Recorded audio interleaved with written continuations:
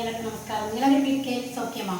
இன்றைக்கி நம்ம டெய்லி மாலை பிடிச்ச சமையல் வந்து பார்த்துட்டு இன்றைக்கி வந்து பார்த்தீங்கன்னா இன்றைக்கி மோர் குழம்புக்காக வந்து பார்த்திங்கன்னா சேனக்கிழங்கு போட்டு அரைச்சி விட்டு ஒரு மோர் குழம்பு வைக்க போகிறோம்.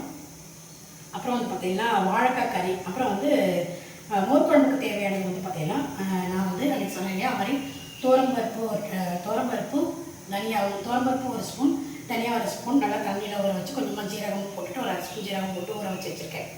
அதோட கூட தேங்காய், பச்சை மிளகா ஒரு 5 பச்சை மிளகா காரத்துக்கு அந்த மாதிரி எடுத்து வச்சுருக்கேன். அதையும் போட்டு தேங்காய் வச்சு அரைச்சிக்க போகிறோம். அப்படி தான் இன்றைக்கி வந்து மோர் குழம்பு வந்து வைக்க போகிறேன். நான் சொன்ன 2 டைமாக வந்து வைப்போம் அப்படிங்கிறதுனால இந்த மாதிரி இன்றைக்கி வந்து நம்ம அரைச்சி விட்டு அந்த மாதிரி தனியாக தோரம்பருப்பு அதெல்லாம் போட்டு அரைச்சி விட்டு வைக்க போகிறோம். அப்புறம் வந்து பார்த்திங்கன்னா இன்றைக்கி பச்சை மிளகா வந்து பார்த்திங்கன்னா நல்லா ஒரு 4-5 மிளகா கொஞ்சம் எடுத்து வச்சுருக்கேன். அதுக்கப்புறம் தேங்காய் வந்து வாழைக்காய் கறி பண்ணுறோம். வாழைக்காய்க்கு கொஞ்சம் தேங்காய் திரும்பி எடுத்து வச்சுருக்கேன். அப்புறம் வந்து இன்றைக்கி வந்து பைத்தம்பருப்பு பாயசம் வந்து வைக்கப்படும். இன்றைக்கி வந்து பார்த்திங்கன்னா என்னோடய தாத்தாவோட மாலையம் அவரே இறந்து போனேன். இன்றைக்கி திதி இல்லவா, அந்த திதி நான் வந்து மாலையம் வந்து சொல்லுவாள். அன்றைக்கி வந்து தர்ப்பணம் பண்ணிவிட்டு காக்காய்க்கு சாதம் போட்டுட்டு சாப்பிட்றவா. அப்படியே வந்து சில பேர் நிறைய பேர் அப்படி தான் பண்ணுவாங்க. மாலையத்தில் யார் யார் இறந்து போனாலும் அவரோட திதி அன்றைக்கி தர்ப்பணம் பண்ணிவிட்டு அப்படியே பண்ணுவாள். சில பேர் இந்த 15 நாள் ஃபுல்லாகவே வந்து தர்ப்பணம் பண்ணுறவாலும் வந்து இருப்பாள்.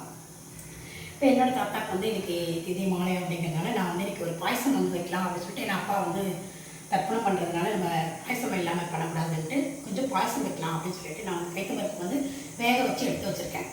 பார்த்துருப்பீங்க, குக்கர் வந்து வச்சுருந்தது வேக வந்து வச்சு எடுத்து வச்சுருக்கேன். அது நம்ம கடைசியில் வந்து பார்க்க போகிறோம். அதுக்கு வந்து வெள்ளம் வந்து கொஞ்சம் தேங்காய் பால் கடைசி எடுத்து வச்சுருக்கேன், வெள்ளம் வந்து கொஞ்சம் எடுத்து வச்சுருக்கேன். அதை நம்ம பாயசம் வந்து கடைசியில் பார்ப்போம். தேங்காய் பால் வந்து பார்த்திங்கன்னா கொஞ்சமாக தண்ணி விட்டு எடுத்து வச்சுருந்தேன். அப்புறமா நம்ம கரைக்கிறதுக்கு சௌகரியமாக இருக்கும். அதனால் வந்து கொஞ்சமாக தேங்காய் பால் தண்ணி விட்டு வச்சுட்டோன்னா கட்டி இல்லாமல் கரைச்சி விடுறதுக்கு சௌகரியமாக இருக்கும். பைத்தம்பருப்பு பாயசத்தில் தேங்காய் பால் கடைசியில் வந்து படிப்போம். இப்போ அடுத்தது வந்து பார்த்திங்கன்னா இதில் சேப்புங்க, அதாவது சேனக்கிழங்கு இருக்கு இல்லையா, அதை வந்து இந்த மாதிரி செத்தி நெருக்கி எடுத்து வச்சுருக்கேன். அதை போட்டு தான் நம்ம இன்றைக்கி மோர் குழம்பு வைக்க போகிறோம். ஃபஸ்ட்டு இந்த பக்கம் இதை வேக வச்சுப்போம். இதில் வந்து தண்ணி விட்டுட்டு நல்லா குழந்தை வெந்தால் போதும். இப்போ இதில் வந்து கொஞ்சமாக தண்ணி விட்டுட்டு இது வேக வச்சுருக்கேன். இது கொஞ்சம் நல்லா வேகட்டும். இந்த பக்கம் இதை வந்து மூடி வச்சுருவோம் ஒரு பக்கம். அதுக்குள்ளே வந்து நம்ம பார்த்திங்கன்னா அந்த பக்கம் கறிக்குது அரைச்சிக்கிறதுக்கு வந்து பார்த்திங்கன்னா நம்ம இதை தேங்காய் இதெல்லாம் போட்டு ஃபஸ்ட்டு நம்ம குழம்புக்கு அரைச்சி வந்துடுவோம்.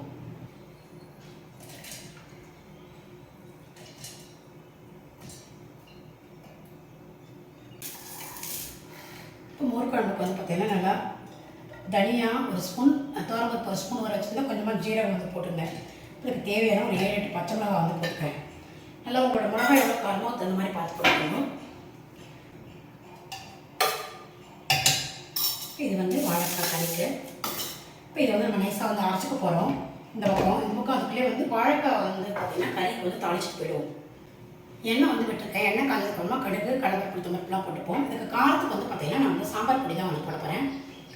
வாழைக்காய் கறிக்கு சாம்பார் பொடி வந்து நம்ம ஆற்றுல பொடிச்சு வச்சுட்டு வச்சுக்கோங்க. இந்த மாதிரி சில காய்கறிகள் கறிக்கு கூட்டுக்கெல்லாம் ரொம்ப நல்லாவே வந்துருக்கும். சிலதுக்கெல்லாம் சாம்பாருக்கு, ரசத்துக்கு எல்லாத்துக்குமே இந்த பொடி நான் வந்து போடுவேன்.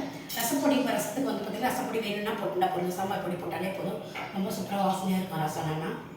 இது மாதிரி இந்த சாம்பார் பொடி நம்ம வீட்டில் போட்டு சாம்பார் பொடி வச்சுருந்தா போதும். நிறைய எல்லாத்துக்குமே நான் வந்து போட்டுப்பேன். ரொம்ப நல்லா வந்துருக்கும். இன்றைக்கி நம்ம வாழைக்காய் கறிக்கு சாம்பார் பொடி தான் போட போகிறோம். எண்ணெய் வந்து காஞ்சிட்டு இருக்கு இல்லையா,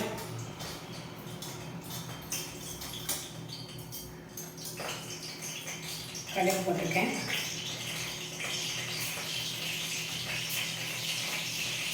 முட்டைப்பருப்பு, கடலைப்பருப்பு, கடுகு கிச்சனுக்கு கடலைப்பருப்பு பருப்பு வந்து போட்டிருக்கேன். கொஞ்சம் பருப்புலாம் அவங்க கொஞ்சம் செவந்துருக்கு அப்புறமா நம்ம இந்த வாழைக்காவை போட்டுட்டு என்ன பண்ணுவோம். இப்போ இதில் எனக்கு தேவையான பொடியெல்லாம் வந்து போட்டுடுவோம்.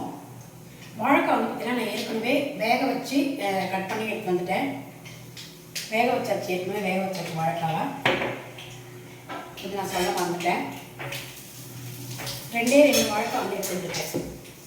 அது போட்டாச்சு, பெருங்காயம் போட்டாச்சு, சாம்பார் பொடி போட்டுப்போம்.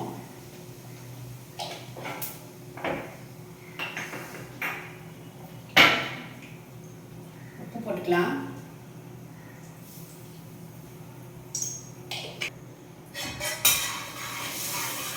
பருப்பெல்லாம் போட்டு நம்ம நல்லா கலரி வச்சுட்டு எப்பயும் போல இந்த மாதிரி பண்ணிவிட்டு நம்ம வேக வச்ச காயெல்லாம் போடுவோம். எல்லாம் போட்டு வச்சு நல்லா சேரும். அதனால் ஃபஸ்ட்டு இந்த எண்ணெயிலே எல்லாமே போட்டு பொரிய விட்டுணும்.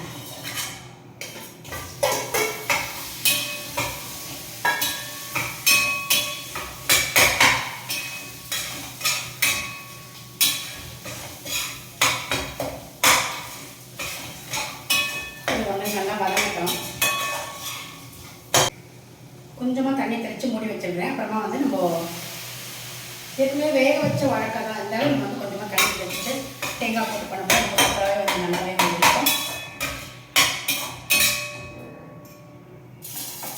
இது ஒரு நிமிஷம் அப்படியே இருக்கா. அதுக்கு நம்ம குழம்புக்கு வந்து அரைச்சி வந்துடுவோம். நம்ம குழம்புக்கு வந்து அரைச்சாச்சு. இந்த பக்கம் இதை வந்து பார்ப்போம். இது வந்து நல்லா வெந்துட்டுருக்கு, கொஞ்சம் நல்லா வேகணும். அதுக்குள்ளே இந்த பக்கம் வந்து கறி வந்து வதக்கி விட்டுருந்தோம் இல்லையா, கிளம்புறதுக்கு ஜலம் வந்து தெளிச்சிருந்த தண்ணி அதை நல்லா வந்து பச்சை வச்சு இப்போ வந்து இந்த தேங்காய் வந்து போட்டுருவோம்.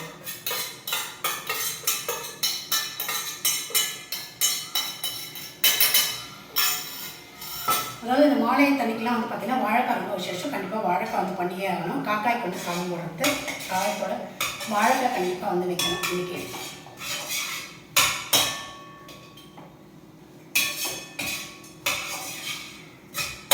நம்மளோட தேங்காயும் போட்டாச்சு. வாழைக்காய் கறி வந்து ரெடி ஆகிடுது.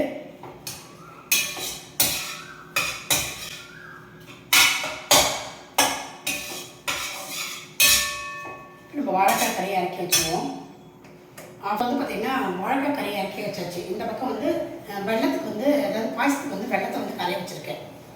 இந்த பக்கம் குழம்புக்கு என்ன அரைச்சாச்சு. இந்த பக்கம் காய் பார்ப்போம்.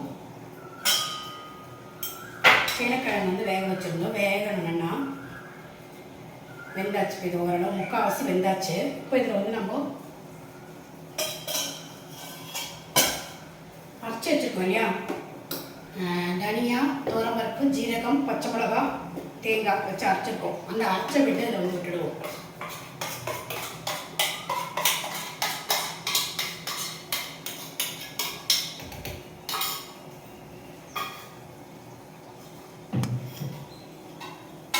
கொஞ்சமாக வச்சுருதாக்கிறேன். கொஞ்சமாக தண்ணி விட்டுக்கலாம்.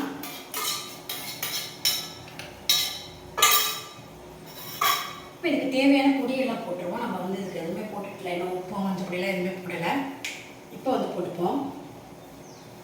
மஞ்சள் பொடி போட்டிருக்கேன்.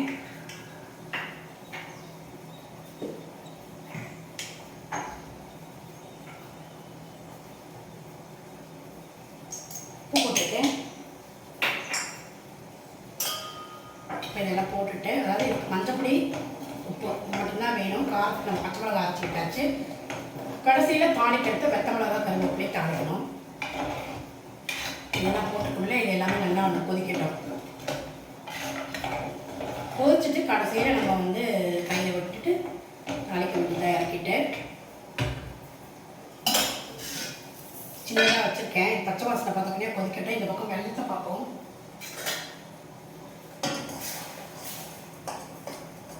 இதை வந்து நம்ம வடிகட்டிக்கிறதுக்காக இதை வந்து விட்டுருக்கோம். அதுக்குள்ளே வந்து தேங்காய் பால் வந்து தண்ணி விட்டு எடுத்து வச்சுருந்தேன் இல்லையா, இந்த தேங்காய் பாலை வந்து நம்ம கரைச்சி வச்சுடுவோம். கட்டியாக இருக்கும், அதனால் தண்ணி முன்னாடியே விட்டுட்டு வச்சுட்டோம்னா நம்ம கரைக்கிறதுக்கு சௌரியமாக இருக்கும். அதனால நான் வந்து தண்ணி விட்டு வச்சுருந்தேன்.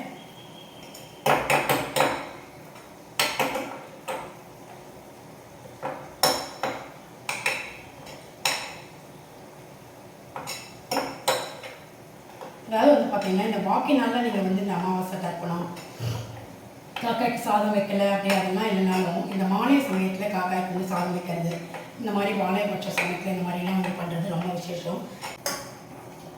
வெள்ளம் வந்து பார்த்திங்கன்னா நல்லா பெரிய கட்டியாக வந்து போட்டேன். இந்த கரையை கொஞ்சம் லேட்டாக இருந்தது, படுக்க ஒன்று கரைஞ்சிட்டு இருக்கட்டும். இந்த பக்கம் இதுவும் வந்து தேங்காய் பாலும் வந்து ரெடி ஆகிடுது. ஏதோ நம்ம ரொம்ப ஒன்றும் பண்ணலாம், ஏதோ நம்மளால் முடிஞ்சது கொஞ்சம் ஏதாவது பண்ணிவிட்டு காக்காய்க்கு வந்து போடலாமே. மாலை சமயத்தில் இன்னைக்கு வந்து எங்கள் தாத்தாவோட சரி அப்படிங்கிறதுனால சரி, என்னோடய அம்மா அப்பாவும் வந்து என் கூட இருக்கிறதுனால நான் வந்து பார்த்திங்கன்னா இன்னும் எல்லாமே வந்து பண்ணி ஆகணும். அதே மாதிரி சமையலும் வந்து பார்த்திங்கன்னா எங்கிட்ட வந்து ரெண்டு பக்கம் சமையலும் வந்து நான் வந்து பண்ணுவேன்.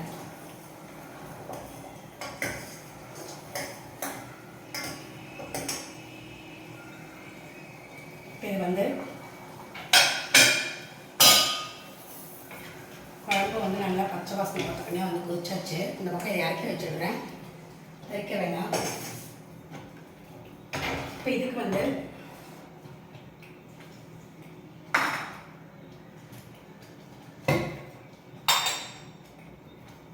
தயிர் வந்து விட்டுக்கிறேன்.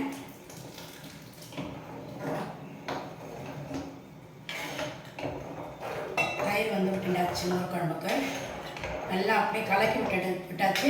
நல்லா அவ்வளோ போட்டுட்டு ஆஃப் பண்ண வேண்டியதுதான்.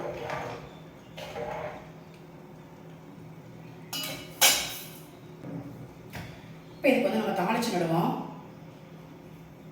தேவையான உப்பெல்லாம் வந்து இப்போ எண்ணெய் வந்து காஞ்சிருக்கிறத கடுகு வந்து போட்டுக்கலாம்.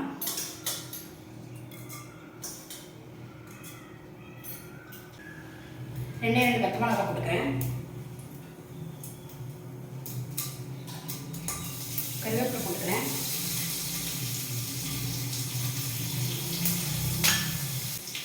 வெங்காயம் இதை அப்படியே எடுத்து இதில் விட்டுற வேண்டியதுதான். நம்மளோட வேர்க்குழம்பு அப்படியே நான் அரைச்சி வந்துட்டு நான் அப்படியே கலரி விட்டுடுறேன்.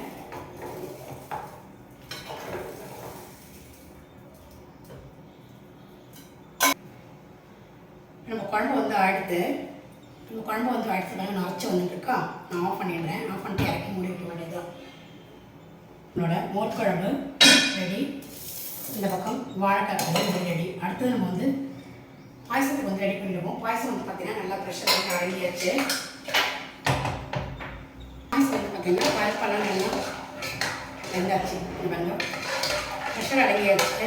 அதாவது பைத்த பருப்பு தான் வந்து வேக வச்சுருங்க.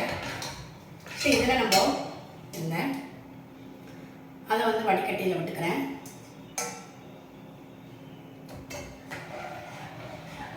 இப்போ வெல்லம் வந்து வடிகட்டியாச்சு. இதை ஒன்று நல்லா கலரி விட்டுக்கிறேன்.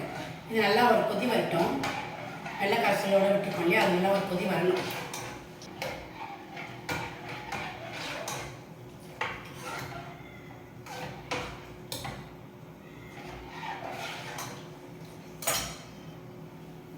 இப்போ இது நல்லா கொதிக்கட்டும். நம்ம வந்து வெள்ளம் வந்து கரைச்சி விட்டுருக்கோம். அது நல்லா கொதிச்சதுக்கு அப்புறமா தேங்காய் பால் விட்டு இறக்க வேண்டியதுதான். ஏலக்காய் பொடியை போட்டுட்டு இதுக்கு நீங்கள் வந்து முந்திரி ஏதாவது வறுத்து போனாலும் வந்து வறுத்து போடலாம். நான் வந்து இன்றைக்கி எதுவும் வறுத்து போடல, அப்படியே சிம்பிளாக ஒரு பாயசம் வச்சுருக்கேன், அவ்வளோதான்.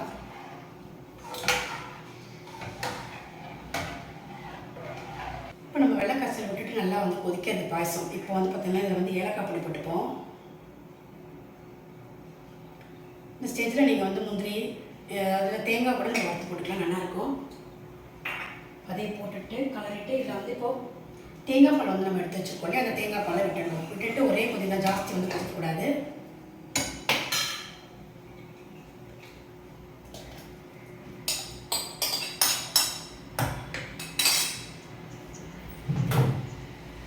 கொஞ்சமாக அந்த பாத்திரத்தில் மட்டும் தண்ணி விட்டு நான் விட்டுக்கிறேன்.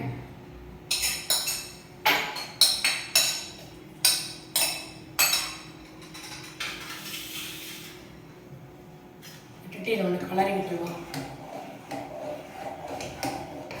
கலரி விட்டாச்சு, அவ்வளோதான். ஒரே கொதி, அப்படியே ஒரு கொதி வரும்போது அப்படியே ஆஃப் பண்ணிட வேண்டியதுதான். நம்மளோட பைத்தம்பருப்பு பாயசம் வந்து ரெடி ஆயிடுச்சு. இப்போ நீங்கள் வந்து முந்திரி எல்லாம் கூட வந்து வறுத்து போட்டுக்கலாம். இந்த தேங்காய் பாலோட இந்த வாசனையோட கூட பாயசம் வந்து சூப்பராக வந்து ரெடி ஆகிடுச்சு. ஒரே கொதியில் ஆஃப் பண்ணிவிடுவோம். இன்றைக்கி என்ன பண்ணியிருந்தேன் அப்படின்னு நீங்கள் வந்து பார்த்துருப்பேன்னு நினைக்கிறேன். நீங்கள் எல்லாமே ட்ரை பண்ணி பாருங்கள். கண்டிப்பாக ட்ரை பண்ணிவிட்டு எப்படி இருக்குது லைக் கமெண்ட்ஸ் பண்ணுங்கள். தொடர்ந்து நம்மளோட வீடியோஸ் வந்து பார்த்துட்டே வாங்க. மாலையபக்ஷம் முடிகிற வரைக்கும் நம்மளோட வீடியோஸ் தொடர்ந்து வந்துகிட்டே இருக்கும். உங்களோட டவுட் இருந்தாலும் கமெண்ட்ஸ் இதில் நீங்கள் கமெண்ட்ஸ் பண்ணலாம். உங்களோட வேறு ஏதாவது ரெசிபி வேணும் அப்படின்னா நீங்கள் கமெண்ட்ஸில் போடலாம். கண்டிப்பாக நான் உங்களுக்காக செஞ்சு காட்டுறேன். நம்ம அடுத்த வீடியோவில் வேறு ரெசிபி பார்க்கலாம். Okay, thank you. சின்னக்கிழங்கு போட்டு ஒரு மோர் குழம்பு, வாழைக்காய் கறி, பைத்தம்பருப்பு பாயசம். இந்த வீடியோ உங்களுக்கு ரொம்ப பிடிச்சிருக்குன்னு நினைக்கிறேன். ஃபுல்லாக பாருங்கள். பார்த்துட்டு எப்படி இருக்கு லைக்கும் கமெண்ட்ஸ் பண்ணுங்கள். நம்ம இனி அடுத்த வீடியோவில் பார்க்கலாம். Okay, thank you.